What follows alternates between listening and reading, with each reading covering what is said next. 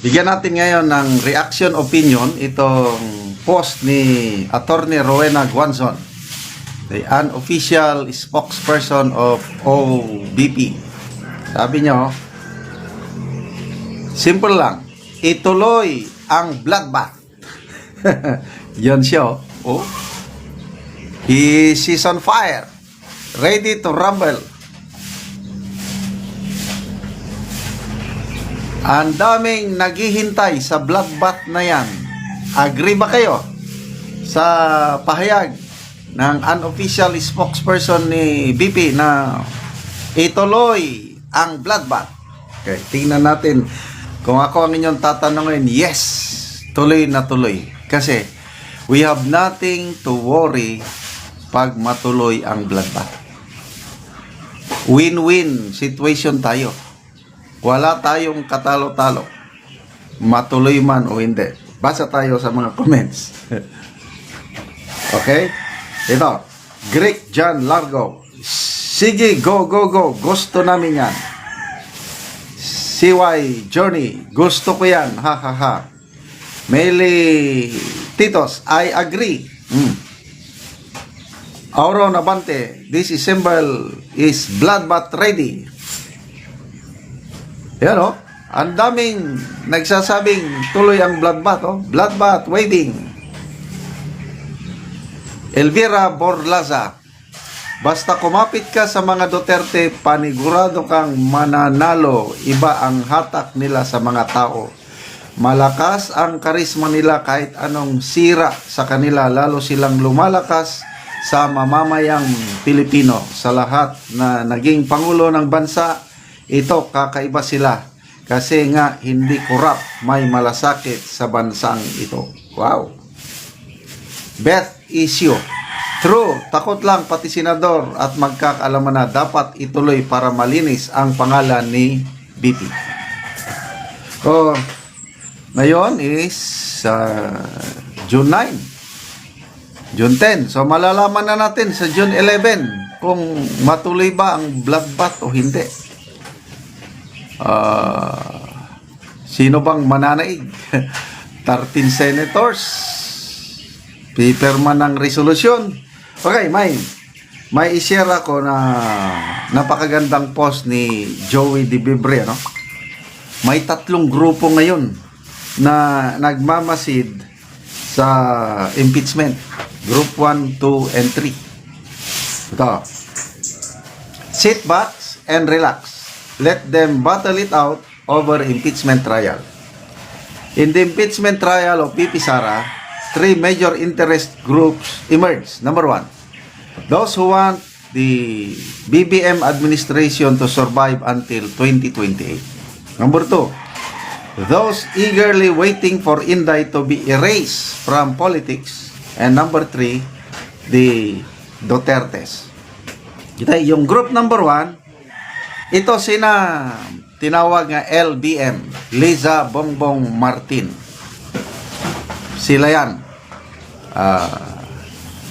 They are hoping na mag-survive hanggang 2028. Yung group 2 naman, ito yung grupo ng Yellow Kakampings at Lefties. Gusto nilang mawala si BP Sara kasi balakid ito sa kanilang gustong mangyari sa 2028. Gusto rin nilang magpresidente itong Yellow Kakampings. Ang primary objective ng Group 1, sabi ni Joey, is survival. Ayaw nila ng impeachment ngayon kasi masyado pang maaga. Okay, ito, sinasummarize ko na lang itong post ni Joey De Bibre. Ang gusto ng LBM, sa 2026 na lang ang impeachment.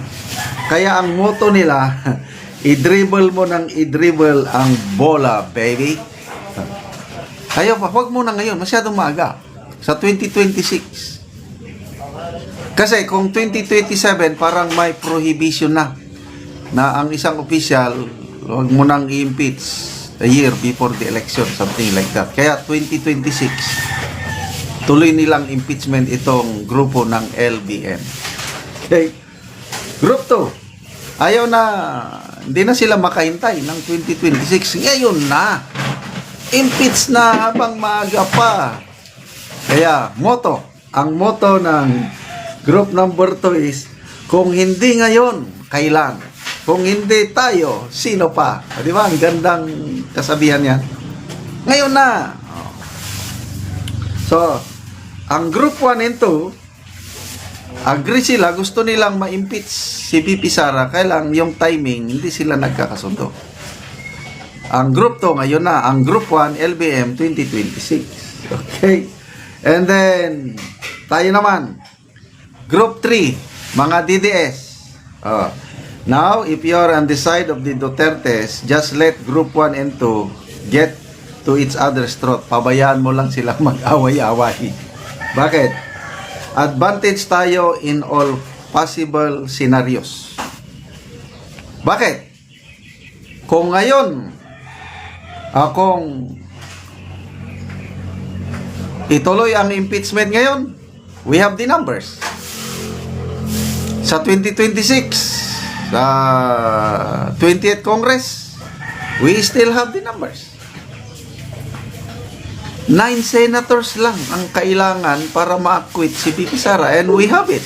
Sobra pa. So ano ang kakatakutan natin?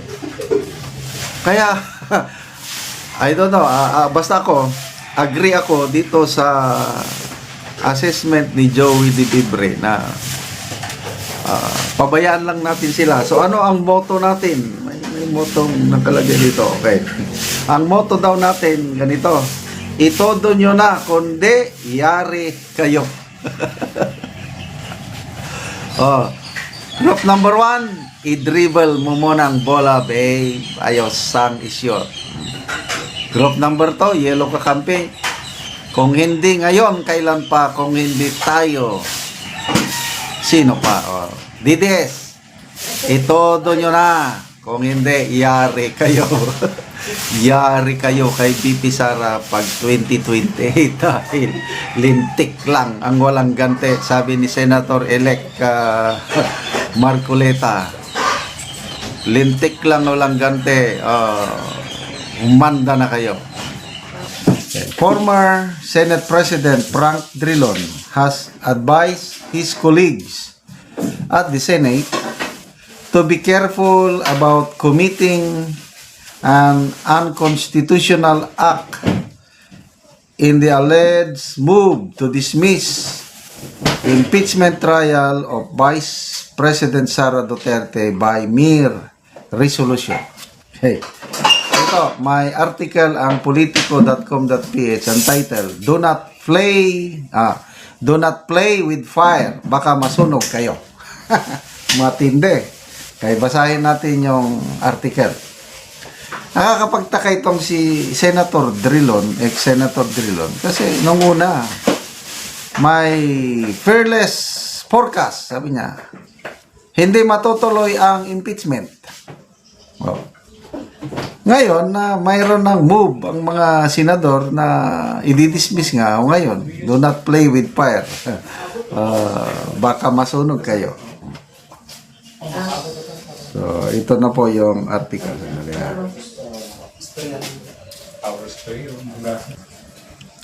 So, ito, ang statement ng former Senate President. My message to my former colleagues who seek to hide the truth. The resolution is clearly unconstitutional. He advised against it, lest the Senate wants to burn down the institution with the alleged illegal act. Do not play with fire. Baka masunog kayo. Yan po ang kataga ni former Senate President Franklin Drilon. Drilon was referring to the draft resolution filed by Duterte ally Senator Ronald De La Rosa that seeks to de facto dismiss the impeachment case through a mere resolution presented on the Senate floor. The resolution would cite lack of time for the 19th Congress to conclude the trial and the argument that the trial should not carry over to the 20th Congress. De La Rosa's resolution said that because the Senate leadership set the reading of the charges on June 11, just 2 days before the June 13 Senate Day adjournment, this leaves the current Congress with no sufficient time to fully deliberate and resolve the articles of impeachment. The resolution also alleges that the impeachment cannot cross over to the incoming 20th Congress, which will convene on the 4th Monday of July 2025. But some critics say the move is illegal because it would allow the Senate to shrink from its constitutional duty to convene the impeachment court after the articles of impeachment were transmitted to them. Senate President Francis Escudero had proposed that the impeachment court convene on the last session day of the 19th Congress on June 11. This prompted criticisms from some groups that Escudero is deliberately delaying the proceedings to court. Ito na. Nanliligaw eh. To court the Duterte's block support in the Senate presidency contest. Vice President Sara Duterte faces an impeachment. Anyway, as far as Vice President Sara Duterte is concerned, gustong-gusto niyang matuloy ang impeachment trial. Klaro yan. Ilang beses niya nang sinabi. Kahit nung nasa Netherlands siya, tinanong siya ng media doon na citing yung SWS survey na may 88% sa mga respondents nagsabi they want VP Sara to answer the charges. Sabi ng VP, kasama ako sa 88%. Gusto kong sagutin ang mga akusasyon. Bloodbath niya ang gusto niya eh. Kung ako ang iyong tatanungin, gusto ko rin matuloy ang impeachment trial. Dahil exciting manood ng impeachment trial, lalo na may promise ng bloodbath. Kaya lang, anong magagawa natin kung ang mga senador na ang gagawa ng paraan na ibasura, de facto, dismiss. So kung mga abogado man naman, Senator Escudero, abogado. Kasamahan niyang Senador Tolentino, Cayetano, magkapatid na Cayetano. Sino pa bang mga abogado dyan? So, bahala na sila.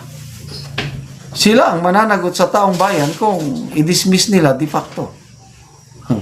Kailan dito ang controversy ngayon, yung bali-balita, rumors na sinasadya ito kasi baka ang usapan na dyan.